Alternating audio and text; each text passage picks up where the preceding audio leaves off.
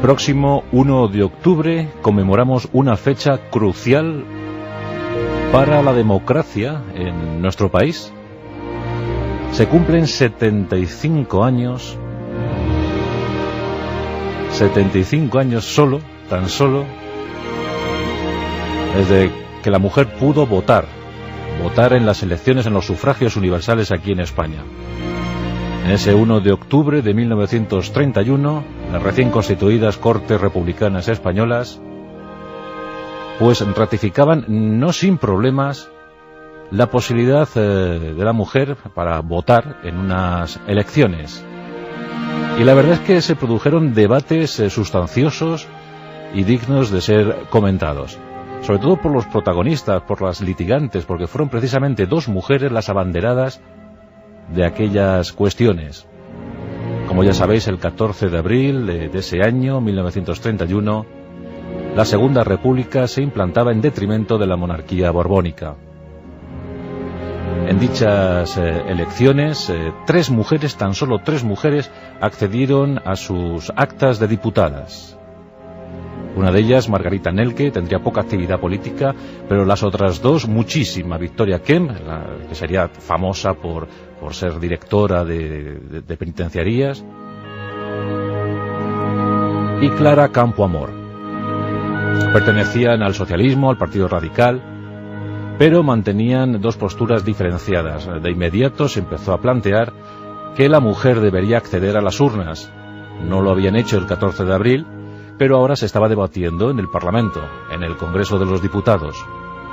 Clara Campoamor, siempre rebelde, siempre políticamente incorrecta, trabajadora nata, defendía que la mujer debía acceder a ese derecho, un derecho universal, sin ningún tapujo, sin ningún inconveniente, sin ningún obstáculo.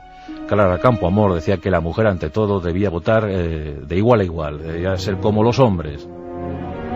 Pero Victoria Kemp sostenía todo lo contrario, decía que la mujer todavía no estaba preparada para votar, que las féminas aún no habían recibido la preparación suficiente para llegar con su voto, con su papeleta a la urna. Victoria Kemp sobre todo mantenía o defendía la postura de su partido. Eso es lo que... Y muchos pensaban que las mujeres todavía no deberían votar, no deberían elegir a sus representantes. ¿Y por qué? Os preguntaréis. Pues porque en aquel tiempo, en aquellos años, en 1931, muchos, aferrados al socialismo o al comunismo, pensaban que las mujeres estaban muy influenciadas por sus confesores religiosos y que seguramente votarían en consonancia a lo sugerido, a lo defendido por esos confesores religiosos, por los sacerdotes, los curas, y en ese sentido, pues claro, les recomendarían votar a la derecha, a los conservadores. Durante muchas semanas, estas dos mujeres incuestionables de nuestra política nacional estuvieron debatiendo, y en algunos puntos el debate fue agrio. Finalmente, ese 1 de octubre, los diputados sometían esta cuestión a sus votos. 161 diputados votaron a favor del sufragio universal para las mujeres. 121 votaron en contra.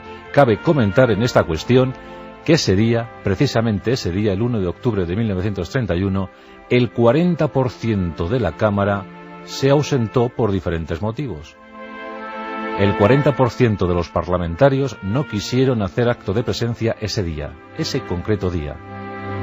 Pero aún así, esos 161 votaron a favor, 121 en contra, y por eso se aprobó que las mujeres al fin pudieran acceder libremente a las urnas. Victoria Kemp dicen que cogió un berrinche porque sus posiciones no triunfaron, pero hay otros que dicen que en el fondo se alegró porque defender las tesis de su partido a ella, pues esto le parecía inadecuado. Pero aún así mantuvo la disciplina de partido y estuvo hasta el último día diciendo que las mujeres no podían votar por el momento, por lo antes argumentado, porque sus confesores las combinarían a votar a la derecha. Clara Campoamor, conocedora de estos rumores, no quiso hacer caso de ellos y siguió preconizando que la mujer debería votar pese a quien pese. Bien, pues una vez que se aprobó el derecho de las mujeres a votar, se esperó con expectación la primera convocatoria. Esa se produjo en 1933. ¿Y qué diréis que pasó? Pues hombre, nosotros no vamos a valorar, pero ganaron los conservadores. Las mujeres votaron de forma masiva, ganaron los conservadores y, curiosamente, ninguna de las dos diputadas, ni Clara Campoamor ni Victoria Kemp, consiguieron actas de diputadas. Eso sí, otras 5 mujeres llegaron al Parlamento, llegaron al Congreso, pero estas 2 en concreto no.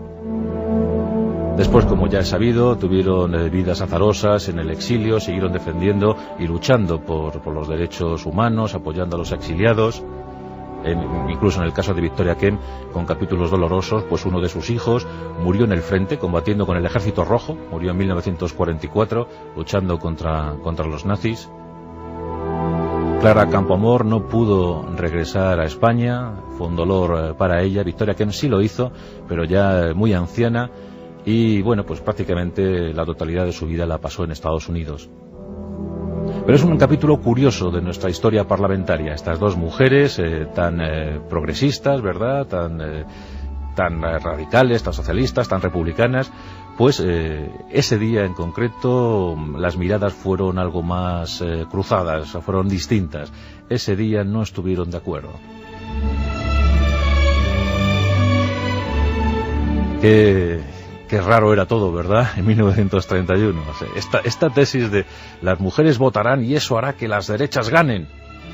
Bueno, pues en 1933 se confirmó el rumor, se confirmó la noticia. Ignoramos si los confesores religiosos, el día antes de estas elecciones, trabajaron más de lo normal.